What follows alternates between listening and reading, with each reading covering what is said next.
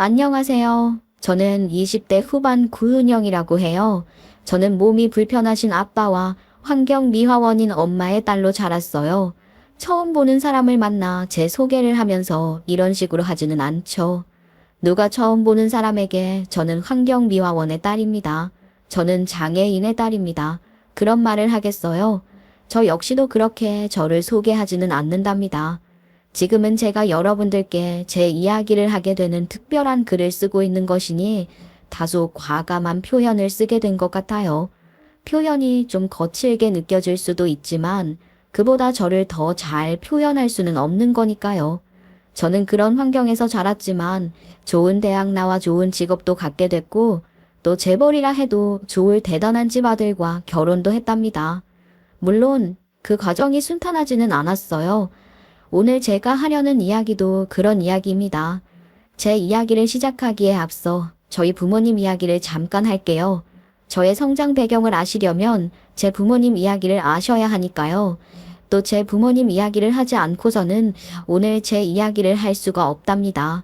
그러니 제 이야기에 앞서 부모님 이야기를 먼저 해야 할 것 같아요.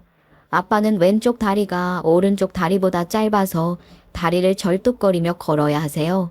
어릴 때 소아마비를 앓았던 후유증으로 그렇게 된 것이라 거의 평생을 불편한 몸으로 사셨던 거죠.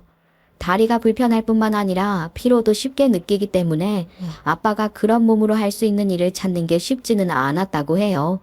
아빠가 굳이 그런 이야기를 하지 않으셨더라도 충분히 짐작할 수 있는 일이지만 말이에요.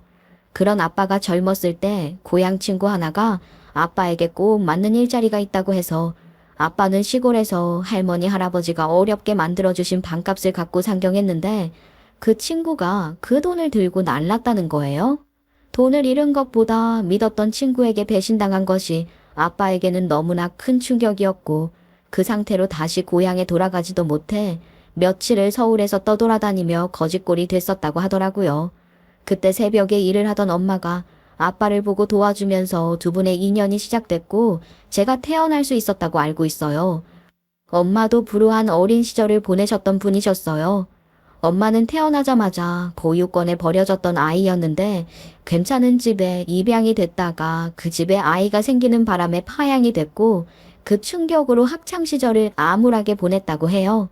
학교를 졸업한 후에도 사람 대하는 게 싫어서 새벽에 하는 일을 찾아보다가 환경미화원을 생각했다고 하더라고요. 그렇게 환경미화원으로 일하던 엄마가 아빠를 발견하게 됐고 각각의 사연을 갖고 만난 엄마와 아빠는 가난해도 서로를 믿고 의지하며 아끼고 사랑했다고 해요. 물론 지금도 그러시고요. 3D 업종이고 많이 달라졌다고는 하지만 사회적 인식이 좋지 않은 대부분의 사람들이 꺼리는 그 일을 하는 것이 엄마는 처음부터 좋았다고 했어요. 엄마는 지자체에 직접 고용된 무기계약직 미화원은 아니었고 사서울 용역업체 소속 미화원이었어요. 그런 엄마가 환경미화원으로 일하며 저희 가족을 부양하고 있었고 몸이 불편한 아빠는 환경미화원으로 일하는 엄마를 대신해 저를 돌보고 집안일을 맡아 하셨어요. 저는 그런 부모님을 부끄럽다 여기지 않았고 엄마 아빠께 받는 사랑에 감사했지만 공부를 정말 열심히 해서 좋은 직업을 갖고 엄마 아빠도 더 편하게 사실 수 있도록 해드려야겠다는 생각으로 정말 악바리처럼 공부했어요. 집안 형편이 좋지 않았으니 그만큼 더 많이 노력해야 했죠. 그래도 남들이 인정하는 좋은 대학에 들어갔고 주구장창 앉아서 공부하는 것에는 어느 정도 자신이 있었기에 회계사 시험 준비를 생각하고 있었어요. 그러다 대학교 2학년 때 교환학생을 신청해서 영국에서 1년 정도 학교를 다니는 경험을 했는데 그때 많은 걸 느꼈던 것 같아요. 서양인들이 직업의 귀천에 대한 인식이 상당히 자유롭다는 걸 들어서 알고는 있었지만 실제 그곳에서 생활하면서 피부로 느껴지는 것은 상상 이상이었어요. 저희 엄마 직업이 환경미화원이다 보니 아무래도 제 눈에 그런 것들이 더 잘 보였을지도 모르겠어요. 한눈에 봐도 비싼 옷을 입고 좋은 직업을 가진 것 같은 사람과 길거리에서 청소를 하는 사람들이 아무 스스럼 없이 서로 경계하거나 위축되고 의수되는 것 없이 똑같은 그야말로 평등한 인간 대 인간으로 인사를 나누는 모습을 매일 보게 됐던 거예요. 그게 정말 멋있어 보였어요. 그러면서 가치라는 것에 대한 저의 생각도 많이 바뀐 것 같아요. 제가 회계사 시험을 보려고 했던 건 그 정도 시험은 제가 감당할 자신이 있다 싶었고, 또 회계사가 노리는 사회적 지위와 연봉을 동경했기 때문이었어요. 그런데 과연 그것이 제가 평생 추구하며 살아야 할 가치인가 하는 생각을 많이 하게 됐던 것 같아요. 그렇게 교환학생 생활을 마치고 한국에 돌아와 저는 영어 공부를 정말 열심히 했답니다.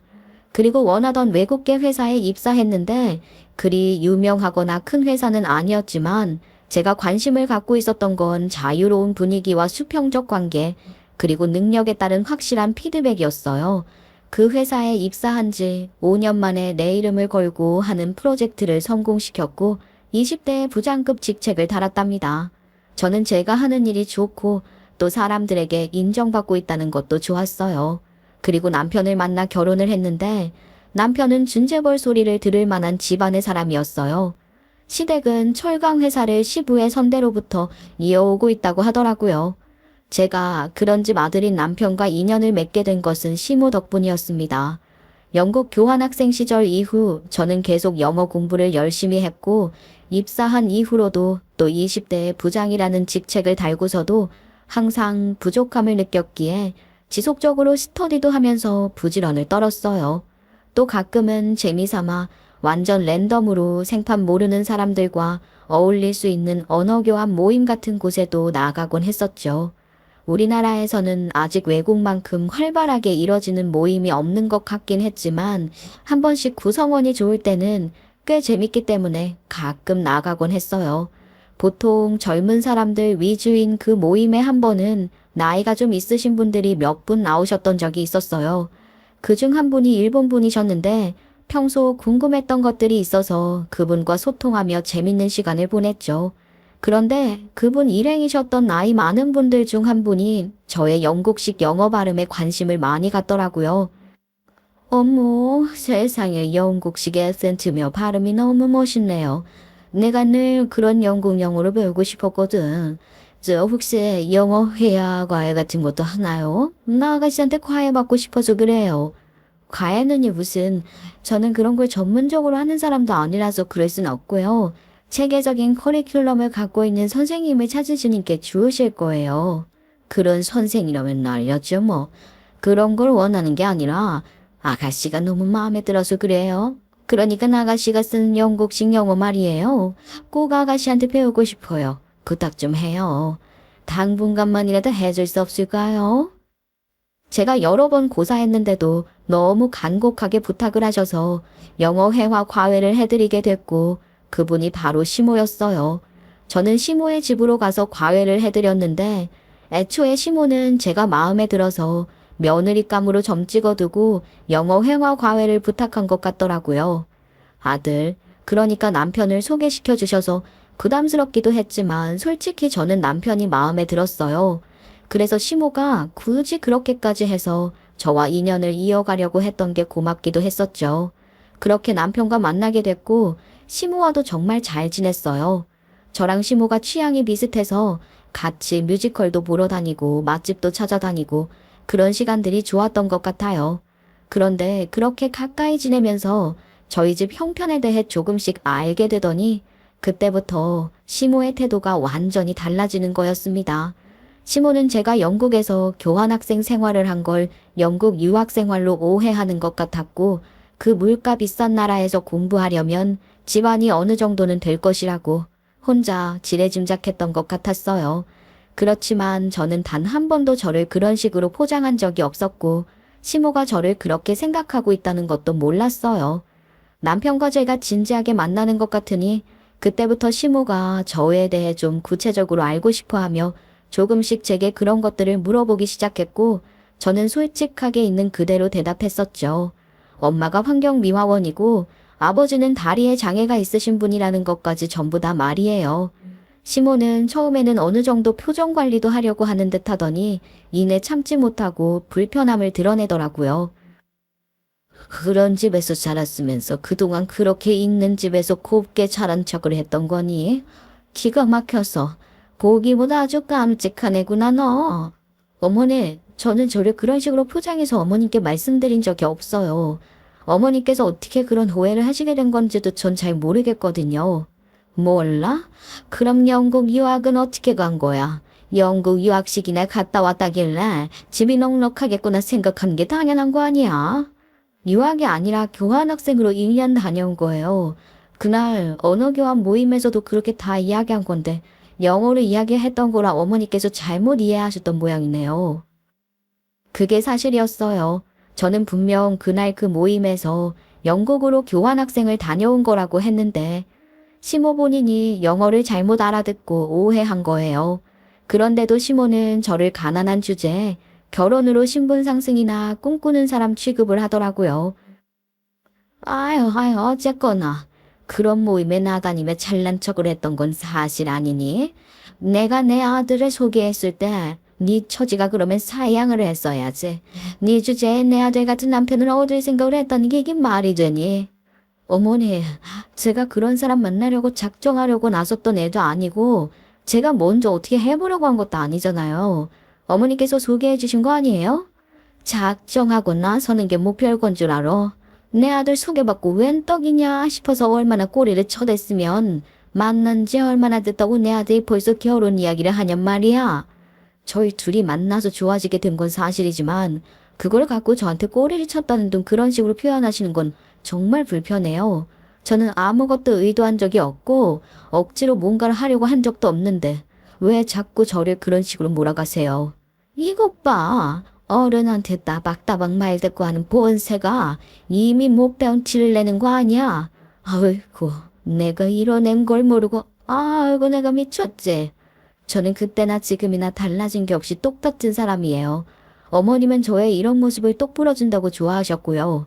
제 환경이 마음에 들지 않아서 이러시는 거라면 더더욱 이렇게 갑자기 태도를 바꾸신 걸 받아들이기가 어려워요. 네가 받아들이기가 어려우면 어쩔 건데 어쩔 거냐고. 됐다. 또 들을 것도 없는 쓸데없는 소리. 나 이제 과외도 안 받을 거니까 그만 오너라. 시모는 그렇게 과외도 일방적으로 끊어버렸고 심지어 과외비도 안 보내길래 악착같이 닥달해서 받아내고야 말았죠. 그랬더니 시모는 제게 과외비 보냈다며 전화를 해 이러더라고요. 독한 년, 가난하게 사는 지를 이렇게 내냐? 나라면 그 돈 치사해서라도 안 받겠다. 너 같은 년, 아우 정말 징그럽고 무서워. 돈 보냈으니까 그놈의 과외비 보내라 소리 이제 그만해라. 네, 알겠습니다. 보내셨다니 됐어요. 가난하게 살건 돈이 차고 넘치건 간에 정당하게 일한 제 몫의 돈은 받아야죠. 저는 잘못한 게 없잖아요? 교독스러운 년, 너 같은 년한테 내 아들이 가당키나 해? 네가 나한테 이러고도 내 아들 계속 만날 작정은 아니지? 당장 헤어져라. 네, 저도 그 사람이 아무리 좋아도 어머님 같은 분 아들이라니 더 만나고 싶지 않아요. 이런 소리까지 들으면 매달리고 싶지 않다고요. 그래, 듣던 좀 반가운 소리구나. 넌 나한테는 이렇게 말해놓고 뒤에서 내 아들한테 속삭거려서 모자 사이 이간질이라도 했다가는 내가 정말 가만 안 있을 테니까 그런 생각은 아예 하지도 말어. 알았니? 걱정 마셔요. 저도 어머니 같은 분 며느리 되고 싶은 생각 없어요. 그 사람만 보고 결혼했다가 20대에 이혼녀 될 일 있어요? 파혼이 낫죠. 제가 헤어지자고 할 테니 걱정 마세요. 남편은 아무 잘못이 없지만 남편이 좋은 사람이란 걸 너무 잘 알고 있었지만 또 제가 남편을 많이 좋아했었지만 그런 시모를 참아낼 자신이 없었기에 남편에게 헤어지자고 했어요. 남편은 받아들일 수 없다고 했지만 제가 너무나 단호하고 확고했어요. 남편에게서 오는 어떤 연락도 받지 않고 완전히 끊어냈던 거예요. 그런데 얼마 후 아이가 생긴 걸 알게 됐고 어쩔 수 없이 남편에게 연락을 할 수밖에 없었습니다. 개념 없는 시모가 아무리 싫다고 해도 뱃속에 이미 생긴 제 아이가 더 소중했으니까요. 아이가 생긴 것 때문에 남편에게 연락을 해 다시 마주하게 됐는데 그렇게 남편을 다시 만나니 더 확실하게 알겠더라고요. 남편이 얼마나 좋은 사람인지 제가 그동안 그 사람을 얼마나 그리워했었는지 말이에요. 그렇게 저는 제 발로 불구덩이에 들어가는 걸 알면서도 아이와 남편을 선택하게 됐던 겁니다. 남편은 아이를 가졌다는 제 이야기에 놀라지도 않고 그저 너무나 좋아했어요. 정말이야? 진짜? 믿어지지가 않아. 정말 너무 좋아. 기분이 날아갈 것 같다는 게 이런 기분이구나. 고마워, 정말 고마워. 이렇게 연락을 해준 것도 고맙고, 우리 아이를 가져준 것도 고마워. 아이 가진 걸 알게 되고 고민을 안 했던 건 아니야. 그렇지만 역시 나 혼자 결정할 문제는 아니라고 생각했는데 연락하길 잘한 것 같아. 무슨 소리야, 우리 아이잖아. 내가 책임질 거야, 걱정하지 마. 우리 결혼하자. 내가 정말 행복하게 해줄게. 남편도 자기 엄마가 제게 어떻게 했는지, 저를 어떻게 생각하고 있는지 다 알고 있었고, 앞으로 또 어떤 일들을 겪어야 할지 모르는 게 아니었겠지만, 어찌나 자신 있게 행복하게 해주겠다고 하던지, 그 말이 달콤하게 느껴졌던 것 같아요. 다시 한번 제가 남편을 얼마나 좋아했었는지 깨닫게 됐고, 다시는 헤어지지 않겠다는 생각도 했어요. 그렇게 남편과 저는 결혼을 약속하고 양가 부모님께도 알렸습니다. 시모는 난리가 났죠. 말해 뭐 하겠어요? 제 앞에서 저를 보며 손가락질까지 해대며 온갖 소리를 다 하던걸요. 이 해픈년 교환학생인지 유학생활인지 어쩌고 할 때부터 알아봤어야 하는 건데 너 이런 식으로 몸들이려면 다 되는 건 줄 알아? 너 내 아들이 몇 번째 남자니? 어머니, 제가 무슨 꽃뱀도 아니고 말씀을 그렇게 하세요? 엄마가 아무리 그래도 소용없어. 이 아이는 내가 이 사람이랑 사랑해서 생긴 결실 우리 아이야. 엄마가 아무리 반대해도 난 안 변해요. 우린 결혼할 거라고. 으이그 이 못난 놈. 네가 여자를 뭘 알아. 네가 여자를 알면 어울만 한다고. 아우 이 멍청한 놈아. 저 년이 어떤 년인데 네 머리 꼭대기에 올라앉아서 지 마음대로 하려고 들깨다 저 년이. 엄마 왜 자꾸 욕을 하고 그래요. 이 사람 홀몸도 아니고 그런 소리 들을 이유 없어요. 저희 그만 일어날게요. 일어나길 뭘 일어나. 당장 이리 와서 앉지 못해?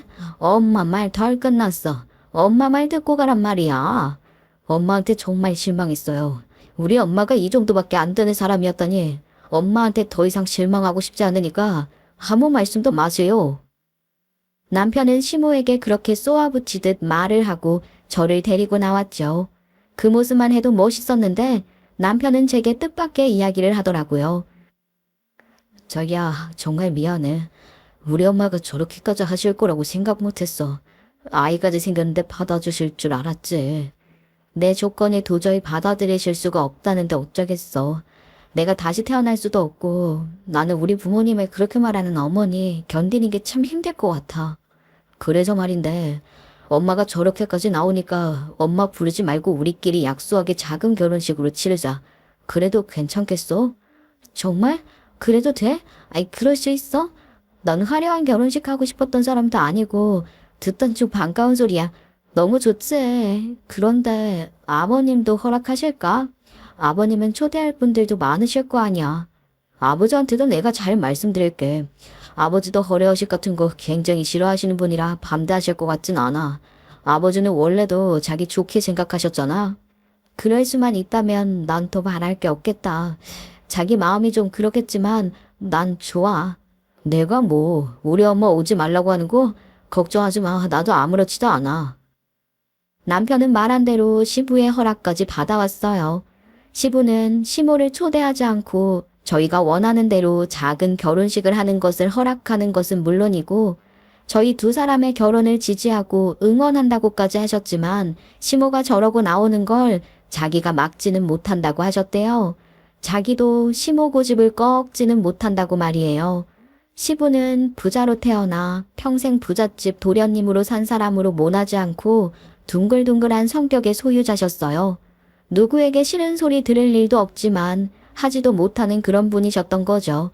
그러니 시부가 시모를 설득하거나 호통을 쳐 그 고집을 꺾게 하지는 못한다고 하셨어도 저 역시 그런 건 바라지도 않았고 그저 그렇게 성격 좋은 시부가 좋았던 것 같아요.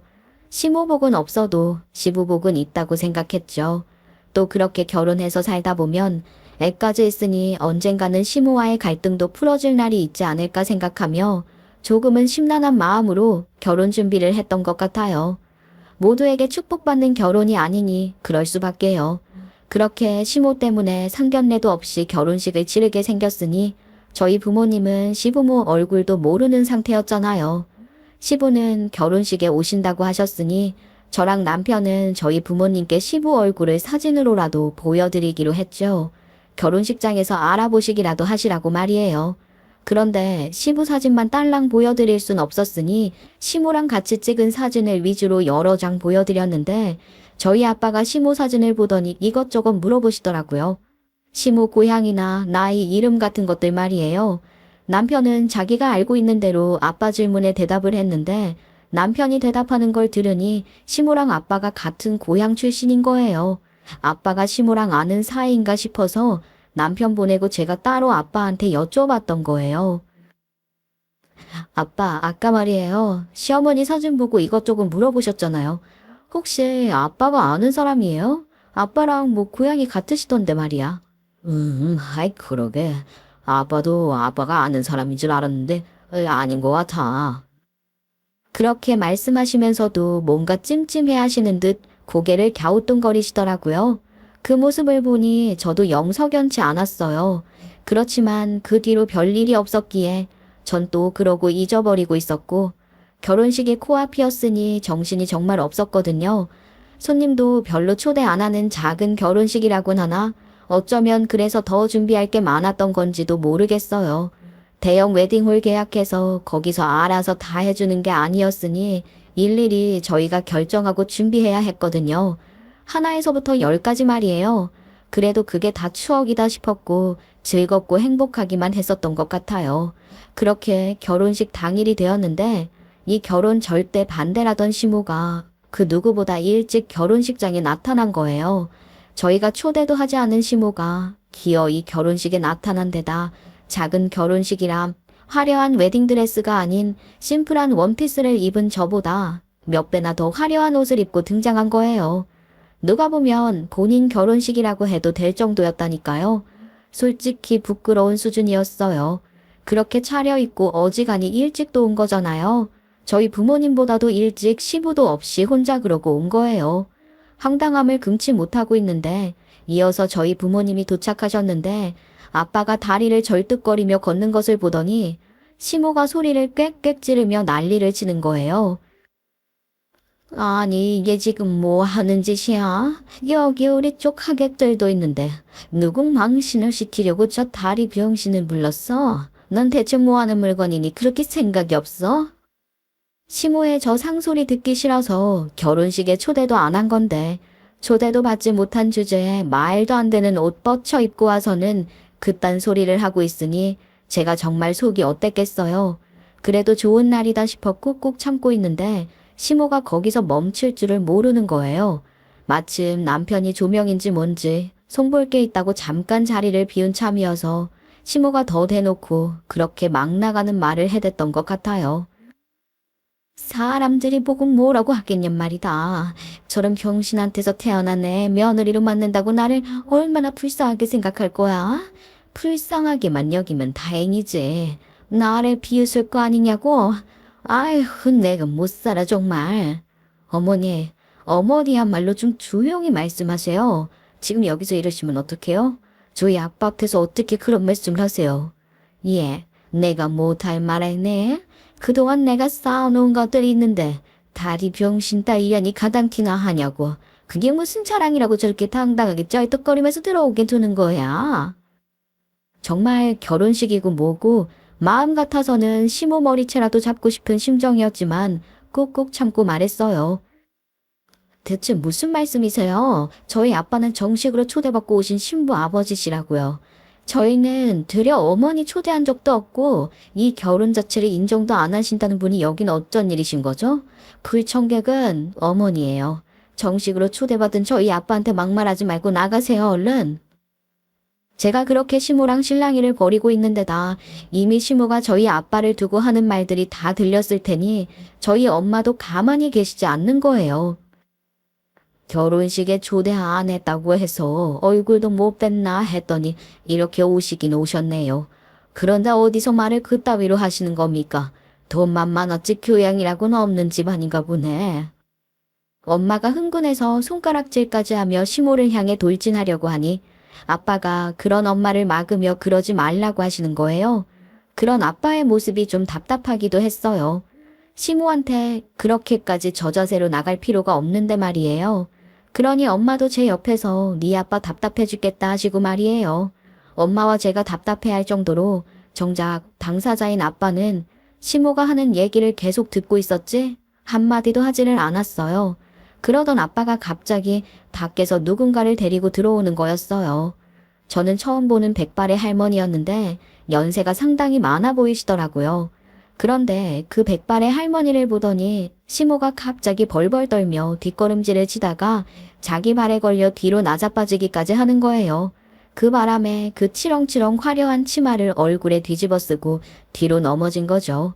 일어나려고 하는데 치마가 어찌나 풍성한지 얼굴에 뒤집힌 치마 벗겨내느라 생쇼를 하더라고요. 그렇게 힘겹게 일어나서는 저희 아빠를 째려보더니 뭔가가 기억났다는 듯 그러는 거예요. 잠깐만, 당신 혹시 그 절독발이야? 그 동네 구씨 아저씨네 절독발이? 시모가 그렇게 말하는데 저는 그 절독발이 소리를 익히 들어 알고 있었답니다. 아빠가 아빠 어린 시절 이야기를 해줄 때마다 수도 없이 들었던 말이거든요. 절뚝발이 어릴 때 고향에서 애들이 아빠를 놀리면서 그렇게 불렀다고 했어요. 그러니 시모랑 아빠가 같은 고향에서 자라며 알고 지낸 사이가 맞는 거죠. 그렇게 아빠를 알아보더니 여태 바락바락 악을 쓰던 시모가 갑자기 아빠 앞에서 지보다 덩치 큰 개를 만난 강아지 마냥 꼬랑지를 팍 내리까는 거예요. 몰라봤어요. 세월이 좀 흘렀어야죠.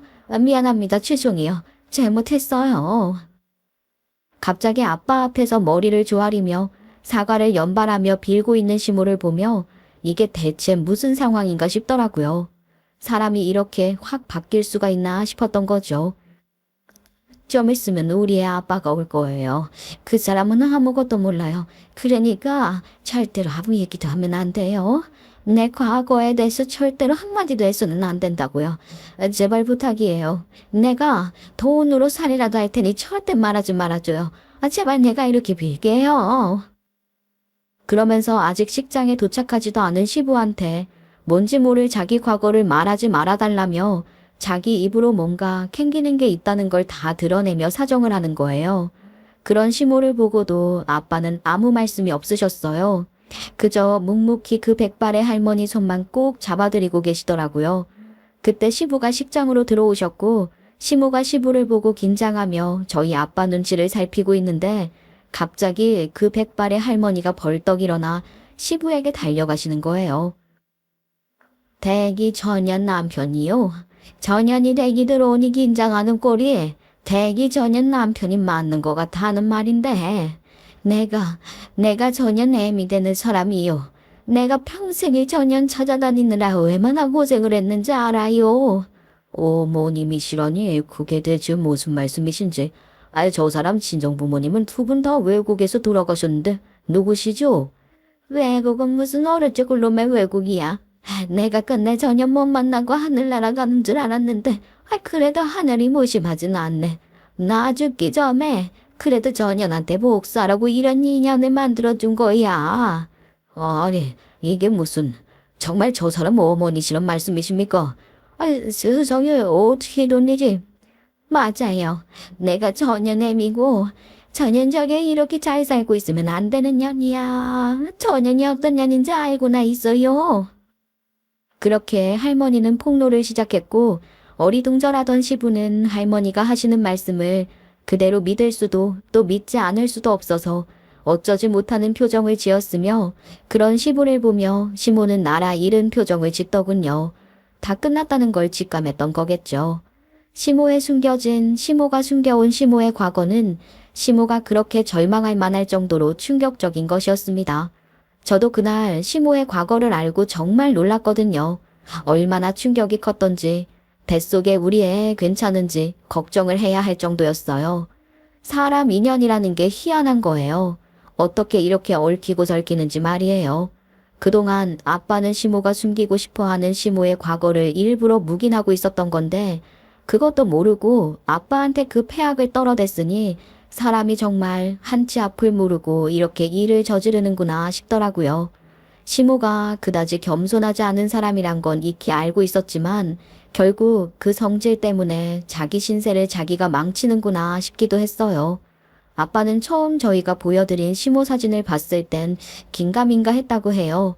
분명 아는 얼굴 같은데 나이도 이름도 달랐으니 말이에요. 그런데 아무리 생각해도 아빠가 아는 사람이 맞는 것 같더라는 거죠. 그래서 고향에 내려가 시모의 어머니인 그 할머니까지 모시고 왔던 것 같아요.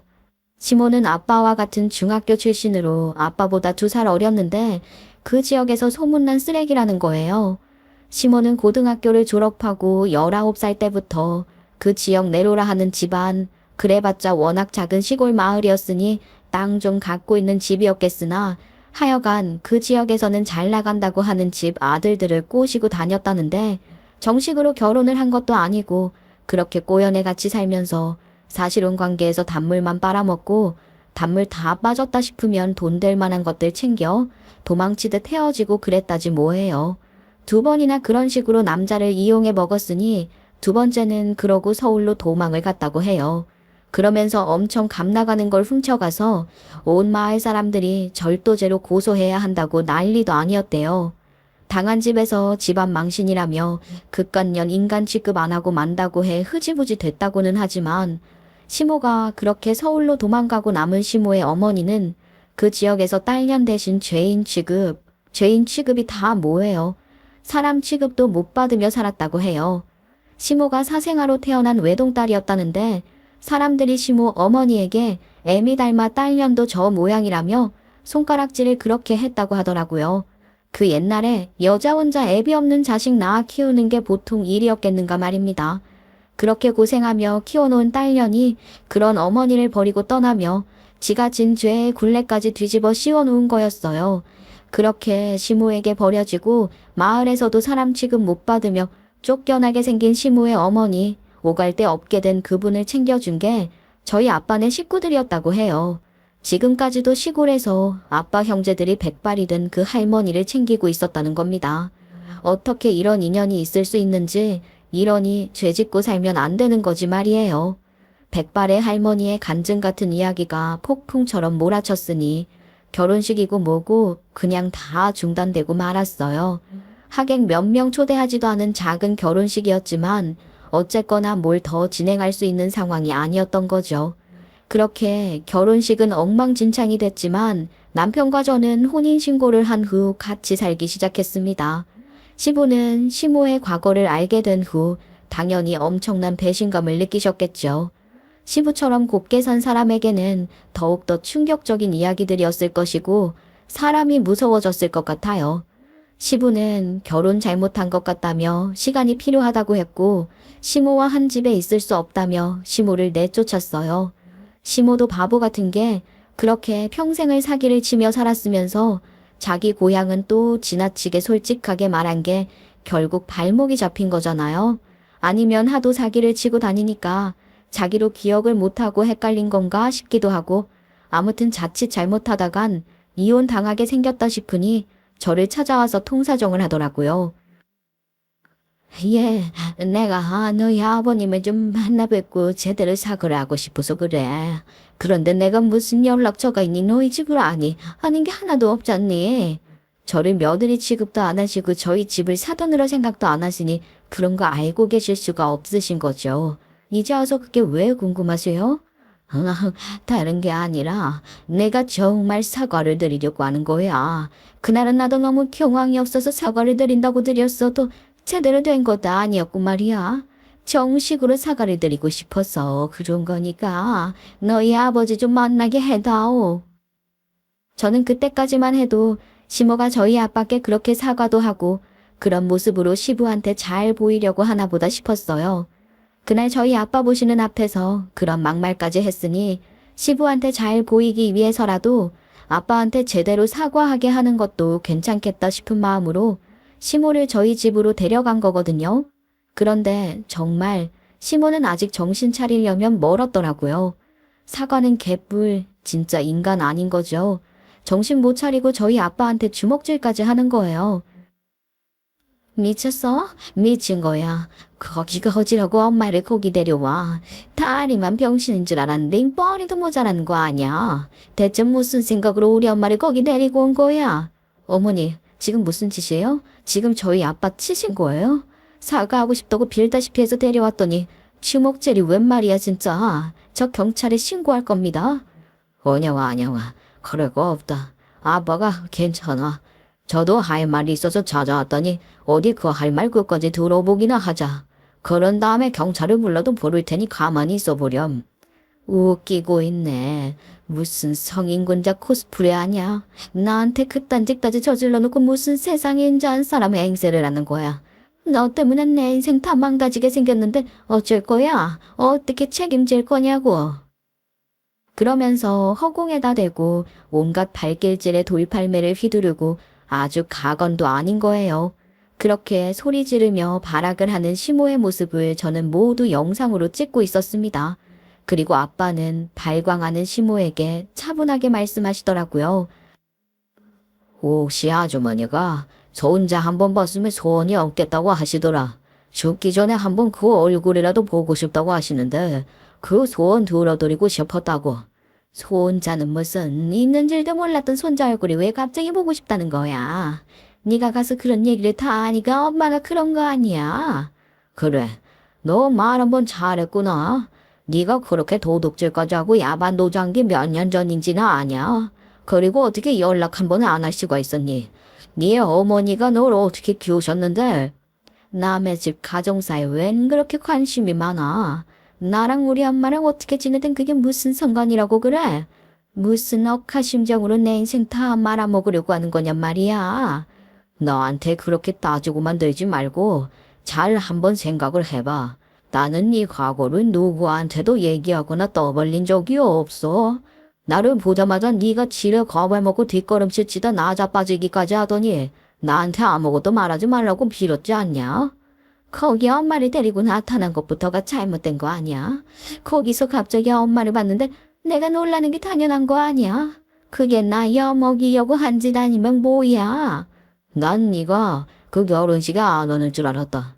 내 딸, 네 며느리로 부족하다고 그 결혼 인정 못한다고 했다면서. 그래서 너는 결혼식에 안 온다고 들었어. 말한 대로 옥시 아주머니가 손주 얼굴이라도 한번 보고 싶다고 하셔서 모셔간 거라고. 핑계가 좋지. 내가 아무리 그래도 내 아들 결혼식에 정말 안 올 줄 알았다고? 말 같은 소리를 해. 애초에 이럴 작전이었던 건 내가 모를 줄 알아.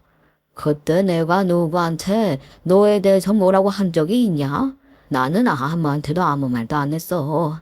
결국 네 혼자 네 스스로 찔려서 일을 이 지경으로 만든 거야. 네가 그런 거라고. 생각해보니 아빠 말이 맞는 거잖아요. 아빠는 그 할머니를 모시고 오기만 했지. 누구에게 무슨 말도 하지 않았던 게 맞아요. 어떤 행동을 한 것도 없어요. 시모 혼자 북치고 장구치고 다 한 거고 그 꼴을 본 시모의 어머니인 그 백발의 할머니가 시부에게 모든 걸 폭로한 거잖아요. 네가 그러지만 않았어도 일이 이렇게 되지는 않았을 거야. 그런데 너는 가만히 있을 수가 없었겠지. 네가 저지른 죄가 있으니 누가 뭐라고 하지 않아도 무슨 말을 할까 걱정이 되고 지레 겁을 먹었을 거다. 네가 저지른 짓들이 그런 짓인 거야. 나에 대해서 뭘 한다고 짓거려야 짓거리게. 우리 엄마 좀 거뒀다고 나한테 무슨 유세라도 하고 싶은 모양인데 꿈깨. 그래봤자 짤똑발이 내가 너 같은 인간 서든대접이라도 할 줄 알았어. 닥치지 못해? 그런 짓을 저지르고 선주제. 일이 이렇게 됐으면 네가 저지른 잘못을 반성하고 네 어머니 옥시 아주머니 찾아가 빌지는 못할망정. 여기가 어디라고 나를 찾아와서 또 이런 폐악을 부리는 거냐? 아빠가 그렇게 호통을 치니 시모는 아빠 그 큰 소리에 놀란 것인지 바닥에 털썩 주저앉더니 가만히 뭔가를 생각하는 듯 하더라고요. 그러더니 갑자기 뭐가 억울하기라도 한 건지 분통 터져하며 목 놓아 울기 시작하는 거예요. 무슨 애처럼 울던데 그 모습도 너무 기괴했어요. 그렇게 진상 떨고 있는 시모 앞에서 저는 조금 전 시모가 아빠에게 주먹질까지 하며 폐악 부린 영상을 시부한테 전송하기로 했답니다. 우리 아빠한테 진심으로 사과하고 싶다고 해서 데려왔더니 아빠한테 주먹질까지 하면서 이 짓을 벌여요? 경찰 부를 것도 없고 전 이거 아버님께 보여드려야겠어요. 뭐, 안 돼. 그게 무슨 소리냐? 너 내가 네 아버지한테 이렇게 하는 걸 영상으로 찍기라도 했다는 거야? 이런 나쁜 년, 이런 발칙한 년. 아니, 아니, 얘 아가. 너 그거 정말 네 시아버지한테 보낼 건 아니지? 왜요? 지금 바로 보낼 건데요? 전 발칙하고 나쁜 년이라 어머니가 뭐라고 하시든 보낼 거예요. 얘 안 된다, 안 돼. 제발 보내지 마. 안 된다, 안 돼. 제발 그러지 마. 시몬은 제가 그걸 시부에게 전송하려고 하니 필사적으로 제 손가락까지 잡으며 제발 보내지 말라고 악을 쓰더라고요. 그럼 뭐 해요? 제 손가락 힘이 훨씬 더 세거든요. 저는 시모 손 가볍게 뿌리치고 전송 버튼 눌러버렸답니다. 시모는 그 마지막 순간까지도 안 된다고 그 버튼 누르지 말라며 비명을 지르더라만 저는 그저 그런 시모의 목소리가 성가시고 시끄러웠을 뿐이었어요. 시모는 시부한테 결국 이혼 통보를 받고 말았어요.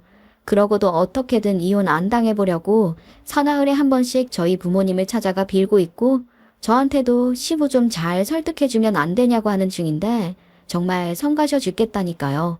아빠가 집안일 하는 걸 돕겠다고 하질 않나. 엄마가 일할 때 입는 옷을 자기가 빨겠다고 하질 않나.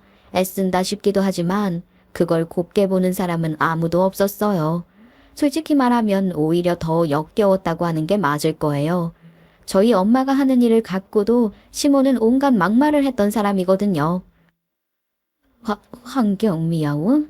아이, 그러니까 청소부란 거야? 세상에 살다 별 말도 안 되는 부류의 인간들을 다 만나 보네. 그러니까 네가 청소부 딸년이란 말이니? 아우, 미쳐 정말. 어머, 난 진짜 미치겠어. 그러면서 뒤로 넘어가는 신용까지 하던 시모였는데 알고 보니 시모의 어머니인 그 백발 할머니도 그 옛날 공공시설 청소 일을 하며 시모를 키웠다고 하더라고요. 그러면서 저희 엄마를 그렇게 무시했던 거였어요. 가만 생각해보니 제가 임신했다고 했을 때도 저를 무슨 꽃뱀 취급하면서 해픈년이라고 난리쳤던 것도 과거에 본인에게 했던 말이 아닐까 싶기도 한 거예요. 본인이 그렇게 살았으니 세상 모든 사람이 그렇게 보였을지 모르겠지만 인생 그렇게 살면 안 되는 거죠. 그렇지 않나요? 한 번은 제가 친정에 갔을 때 시모가 거기 있길래 그런 얘기들 다 솔직하게 한 적이 있어요. 여기 누가 반가워한다고 또 와 계시는 거예요? 계속 이러시면 저희 부모님, 어머님 때문에 이사라도 시켜드려야 하는데 민폐도 이런 민폐가 없다는 거 아시죠? 아, 반갑다고 하는 사람 없어도 내 마음이 오고 싶어서 오는 거야. 와서 내가 할 수 있는 일이 있으면 하고 그러는 거지 뭐. 신경 쓰지 마라. 여기 이렇게 와 계시는 것 자체가 신경 쓰이게 하는 거잖아요. 이러신다고 어머님이 좋은 사람 됐다고 생각할 것 같으세요? 그렇게 생각하는 사람 아무도 없어요. 아니야, 아니다. 나 그런 마음으로 여기 오는 거 아니야. 그저 내가 사과하고 싶어서 그래. 내 마음 전하러 오는 거니까 부담 갖지 마라. 제가 지금 부담스러워서 이러는 것 같으세요? 싫다고요. 아무도 좋다는 사람 없고 다 싫어하는데 정말 왜 이러세요? 이런다고 제가 아버님께 좋은 말 할 것 같으세요? 아, 내가 너희 시아버지한테 잘 보이려고 이러는 건 아니지만 내가 너희 시아버지한테 내 얘기를 좀 잘해주면 좋지 않겠니? 너희 시아버지가 너를 많이 예뻐하시는 것 같던데 말이야. 기가 막혔어. 제가 왜 그래야 하죠? 어머니가 달라진 게 하나도 없는데 제가 왜 그래야 하냐고요. 우리 운영의 말이 다 많은 말이니까 다시는 여기 오지 마라. 여기 와서 이러고 있을 시간에 옥시 아주머니나 찾아뵈라고. 너 아직도 고향에 한 번 안 다녀오지 않았냐? 내가 지금 거기로 어떻게 가요? 그럴 시간도 없고 내일이 뭐 좀 해결이 되면 그때는 한번 가보든지 하려고 해요. 그러니까 네가 아직 인간 되려면 멀었다는 거야. 어떻게 그럴 수가 있냐? 연세가 몇이신지는 아냐? 사시면 얼마나 사신다고? 너 때문에 하루도 마음 편히 발 뻗고 주무신 적이 없으신 분이야. 그러니까 정신 차려. 그렇게 아빠가 소리를 친 후에야 시모를 내쫓을 수가 있었답니다. 그렇게 내쫓기고서도 시모는 고향의 어머니는 찾아뵙지도 않고 어떻게든 시부 마음 돌아서게 하려고 시부한테 빌 생각만 하더라고요. 그러나 시부는 여전히 그런 시모를 받아줄 생각이 없으셨죠. 그러다 시부 생신 때 시모가 집 앞까지 찾아왔던데 당연히 시부는 시모를 집에 들일 리가 없었는데 그날 한파주의보 발령됐던 날이거든요. 못돼도 2시간을 그러고 기다리고 있었던 모양이에요. 제가 집 앞에 살게 있어서 잠깐 나갔었는데 그때까지도 집 앞에서 서성이고 있는 시모를 본 거예요. 저는 시모랑 눈도 마주치기 싫어서 얼굴도 안 보고 말했어요. 아직도 여기서 뭐하고 계시는 거예요? 이런다고 여태 숨겨온 사기 행각이 사라지진 않죠. 이미 너무 늦은 것 같은데 불청객은 초대한 적 없으니까 가세요. 경찰한테 끌려가는 것보다 제 발로 가시는 게 낫지 않겠어요. 아이를 가져 결혼을 했고 그 이후로 그 엄청난 일들을 겪는 동안에도 별 탈 없이 뱃속의 아이는 잘 자라주었고 건강한 아이를 출산할 수 있었답니다. 아이 낳으면서 육아휴직을 시작했는데 이제 곧 복직을 해야 하는 시기가 다가와요. 요즘 애기 키우는 재미에 푹 빠져 살고 있긴 했는데 그래도 또 복직을 하면 일하는 재미도 다시 느끼게 되겠죠. 다시 일을 시작하게 되더라도 남편과 아이, 저희 세 식구 행복한 가정 이루는 걸 제일 중요하게 생각하며 살 거예요. 시모가 이따금 손주 보고 싶다며 애기 사진이라도 좀 보내달라고 저한테 문자를 하시는데 저는 답장도 안 하고 있어요. 이혼 못한다고 버티는 시모 상대로 시모는 이혼 소송을 시작했고 더 이상 갈 곳도 없고 돈도 없는 시모는 결국 고향으로 내려가 자기 엄마한테 기생해서 붙어 산다고 하더라고요. 아빠 고향의 친척들을 비롯한 고향 사람들이 저런 딸년 받아줄 필요 없다면서 할머니를 말렸고 시모를 쫓아내려고 했는데 그 할머니가 그냥 두라고 하시더래요. 지극하고 눈물겨운 딸 사랑은 아니고요. 할머니 말년에 저년 저거 부려먹기라도 할 작정이다 하시면서 온갖 집안일은 물론이고 일부러 오줌 싸고 똥 싼 이불 빨래도 하게 한다고 들었습니다. 복직 앞두고 마지막 여유를 즐기고 있는 요즘 저는 남편과 부쩍 이야기를 많이 나누고 있어요. 심호일을 겪으며 저는 제가 가치 있다고 생각하는 것들에 대한 확신을 다시 한번 갖게 됐죠. 남편과도 그런 이야기를 많이 하고 있고 저희 아이도 정말 소중한 것을 찾으며 사는 사람으로 키우자고 다짐하고 있어요. 여러분, 오늘 제 이야기가 여러분들에게 어떤 이야기가 되어 다가갈지 모르겠지만 각자의 상황에 맞는 위로가 되면 좋겠다는 생각을 하며 이 이야기를 마칠게요. 때로는 비슷한 상황을 겪은 사람이 있다는 걸 알게 되는 것만으로도 엄청난 위로를 받는 거잖아요. 제 이야기가 그랬길 바라는 마음입니다. 제 이야기를 끝까지 들어주셔서 너무나 감사드려요. 모두들 행복하세요.